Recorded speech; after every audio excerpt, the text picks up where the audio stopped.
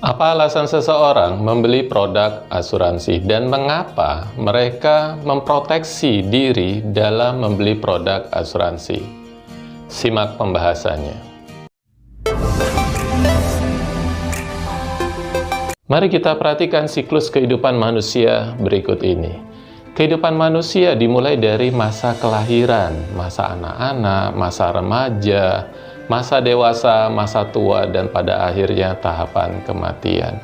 Ini adalah sesuatu yang pasti dan suatu saat kita akan mengalaminya.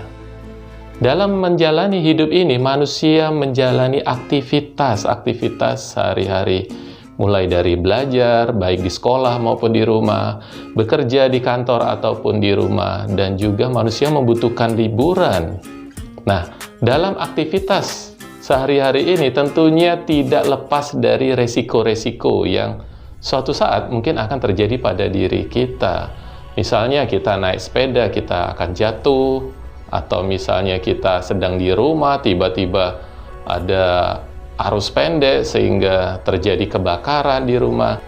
Yang dimaksud resiko di sini adalah ketidakpastian akan terjadinya suatu peristiwa yang dapat mengakibatkan kerugian ekonomis.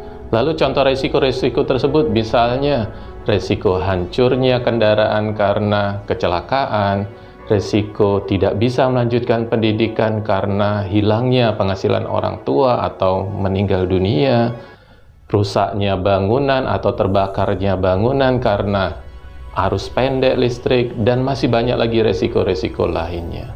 Lalu bagaimana cara mengatasi resiko tersebut?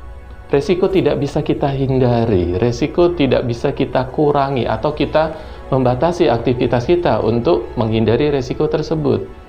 Tapi kita hanya bisa dengan mengalihkan resiko tersebut ke dalam produk asuransi. Asuransi adalah salah satu mekanisme pengalihan resiko dari pihak tertanggung, seseorang atau badan usaha, kepada pihak penanggung, yang dimaksud adalah perusahaan asuransi, dengan membayar sejumlah premi. Yang dimaksud premi adalah kewajiban yang harus dibayarkan oleh pihak tertanggung kepada pihak penanggung atas jasa pengalihan resiko. Nantinya, pihak tertanggung akan mendapatkan yang namanya polis asuransi, yaitu bukti kontrak atau perjanjian dari pihak tertanggung kepada pihak penanggung atas jasa pengalihan risiko. Lalu apa saja manfaat asuransi? Manfaat asuransi yang pertama adalah memberikan rasa aman dan perlindungan, memberikan kepastian sebagai sarana menabung, meminimalisir resiko kerugian, dan pastinya membuat hidup menjadi lebih tenang. Berdasarkan konsep pengelolaan dananya, asuransi dapat dibedakan menjadi asuransi konvensional dan asuransi syariah. Berdasarkan tujuan operasionalnya, asuransi dapat dibedakan menjadi asuransi komersial, tujuannya yaitu untuk mencari keuntungan seperti PT Prudential, kemudian PT Aksa Mandiri, PT EIG, dan lain-lain.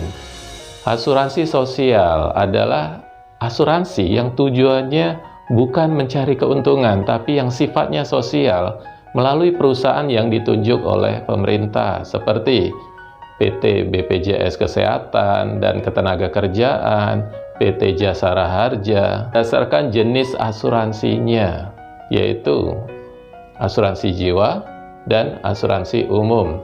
Yang dimaksud asuransi umum di sini contohnya asuransi kebakaran, asuransi kesehatan, asuransi kendaraan bermotor, dan masih banyak lagi yang lainnya.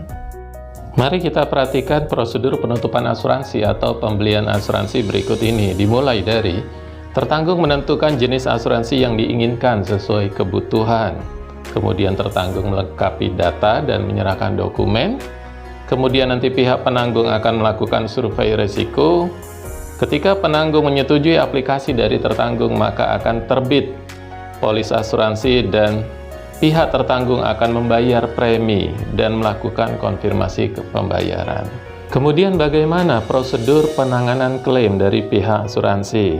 Pihak tertanggung yang mengalami kerugian akan menghubungi pihak penanggung untuk melaporkan kerugian. Kemudian pihak penanggung akan datang untuk melakukan survei kerugian. Kemudian pihak tertanggung akan melengkapi atau menyerahkan dokumen yang diperlukan. Kemudian pihak tertanggung dan pihak penanggung akan menyepakati harga penggantian, dan pada akhirnya pihak penanggung akan membayar klaim kepada pihak tertanggung.